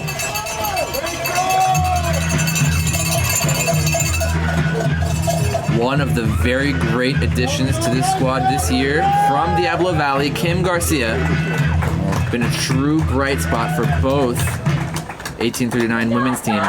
And what a great weighted pass from Sophia Ricewig from central midfield to have the vision to spot that, but also the ability to find that well weighted pass. Good Just composure textbook. from Kim to turn. Napa is 1839 in an absolute rout. 35 minutes to score 7 goals. Grab there by Hunter Moore. It'll be a foul and a free kick for Diablo Valley. It's been one-sided, but it's been a lot of fun. This game. A lot of fun indeed. It's Hunter Moore fighting for it. And they're back here on Saturday against FC Davis. Final game of the season. That was a good game last year too. Yeah, That was the game you and I had together, actually. we did. Yeah, it was 2-0 down and come back and won 5-2. That was that's right. What a fun game. Rematch promises to be fun as well. Saturday ahead of the men's semi-final game. Oh, just out of bounds.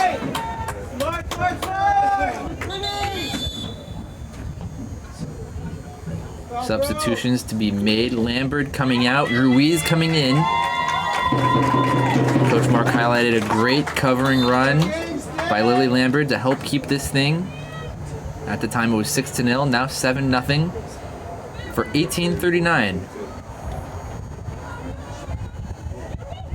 This is Valier. Back to Erica Upson. Diablo Valley did force Upson to make a really strong save. That was a second ball off the crossbar.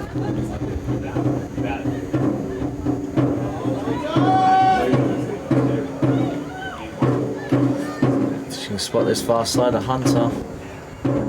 Hunter Moore with a lot of space. This is Bea Fernandez. Nice pressing.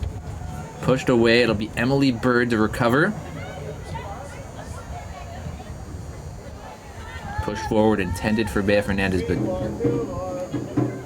Diablo Valley come up with it. Gonna send it in. It's number 7 for Diablo Valley. No number. It's number 10. No name. Here's Ariana Chavez.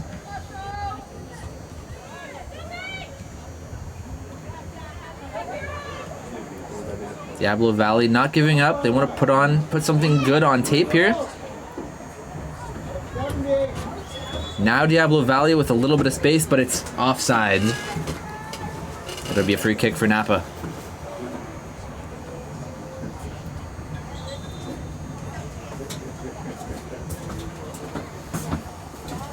The general of the Green Army just asked if Napa Snappa had promised to do 10 push-ups per goal. Is that true? You've only got 70 to go, Snappa. But I think I saw like 63 or 64 already. Didn't you do those under the stands? Yeah.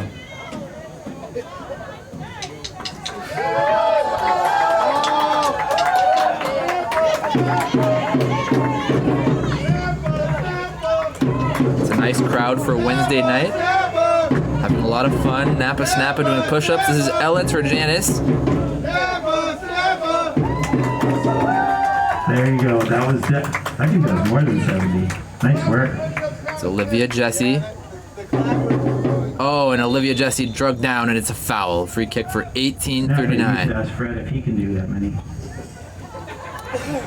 Fred, get the run! He cannot! Fred, get the run! I have it on good authority. Fred and the Green Army seem to be enjoying themselves tonight. Of course. No, nice turnout on a Wednesday evening. The only Wednesday evening of the season, but it's been a good one. And the fans won't be disappointed. 18:39 at 7 goals, looking to make it 8. Aaron Brown already scored from a similar spot, other side of the field. Oh, Jesse was on the end of it, but it was knocked out by Chavez. Oh, the referee rules for a goal kick.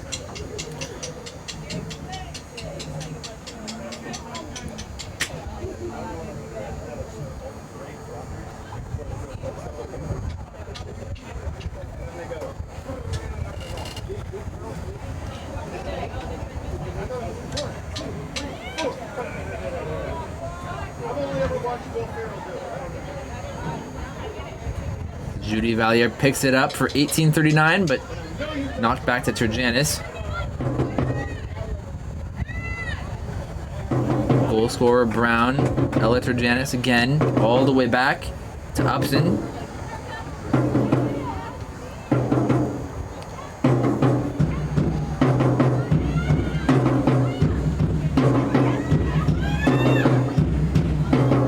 Maya Goss now wearing the number 14 for this game. Scored a goal herself a couple of games back.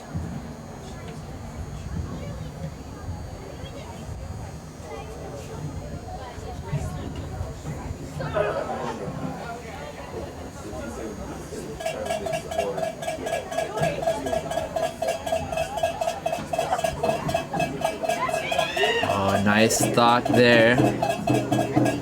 Bea Fernandez in the area. On the sideline for Diablo Valley. Shut down. It's Ruiz. All the way across for Ella Turjanis again. Brown.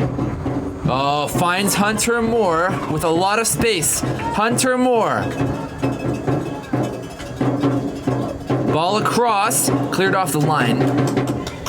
Fortunately, 3 girls all went to the back post. If one would have gone to the front, they would have had a tap in. As it is, still 7-0. This is Brown. Oh, long shot for Brown, and it's going to be picked up well by Bianca Avila.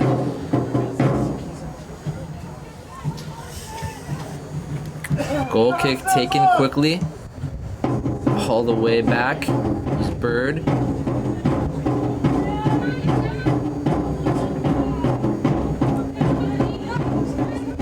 Turjanis again. Intercepted and knocked away.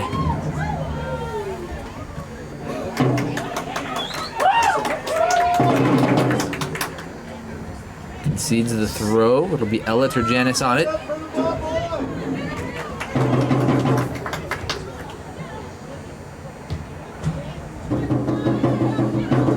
Ricewig couldn't find Fernandez.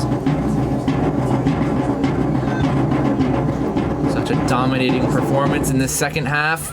2.5 minutes remain, barring stoppage time. Don't expect too much of that. Chavez held her run, but it's all other side, way offsides. For Diablo Valley to be a free kick for Napa.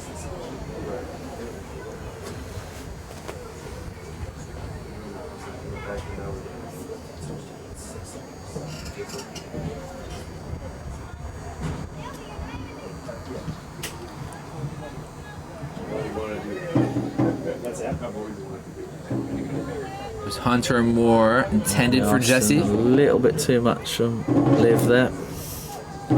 Good idea. Or step from Judy. Out of bounds for a throw.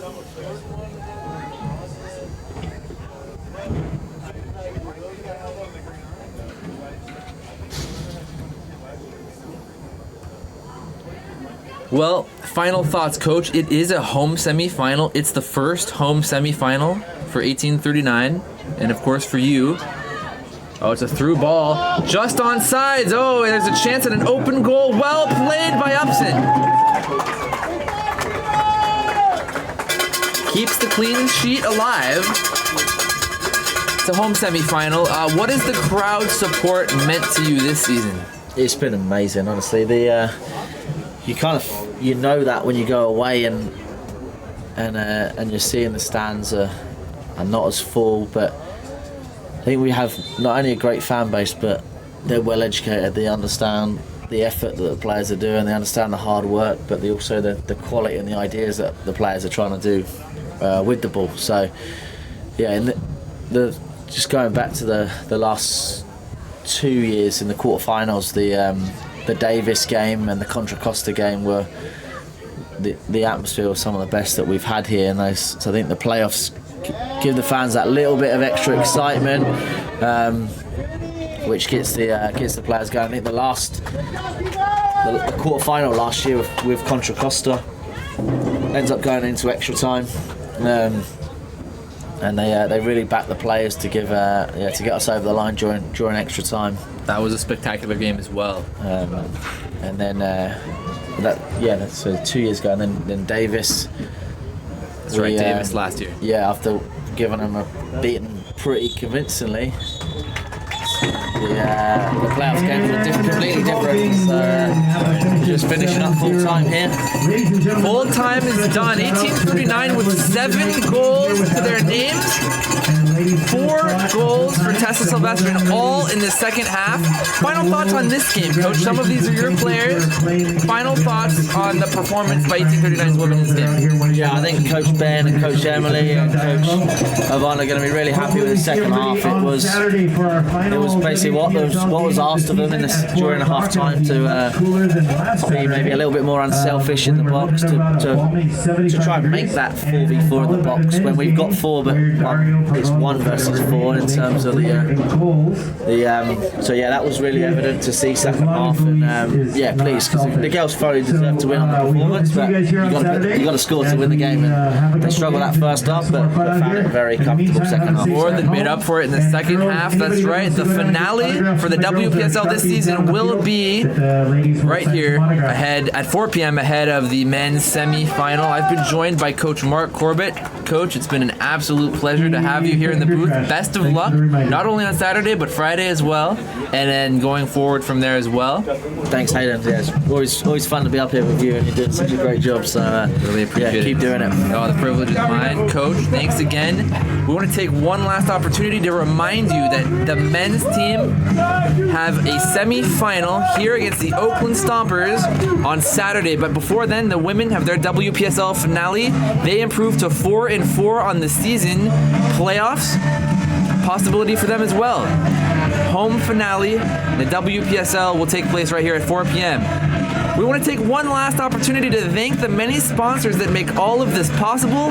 La Morenita Market, The Perfect Puree, The Mira Winery, Ranch Market in Napa and Yountville, Mountain Mike's Pizza in Napa, Cryo Aid, Rigucci Family Vineyard, Barber Vineyard Management, Silvestrin Winery, Barnhouse in Napa, and Ole Health Clinic.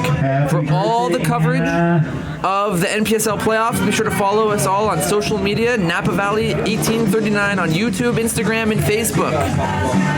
We we will have a special pregame show for you as well, starting at 6:30 p.m. ahead of 7 p.m. kickoff for the men's semifinal. On behalf of everybody here at 1839, it's been JP Castillo on the camera, Eric Housley on the Stadium PA, Coach Mark Corbett here in the booth with me. I'm Hayden Larson saying see you next time. Thank you and good night.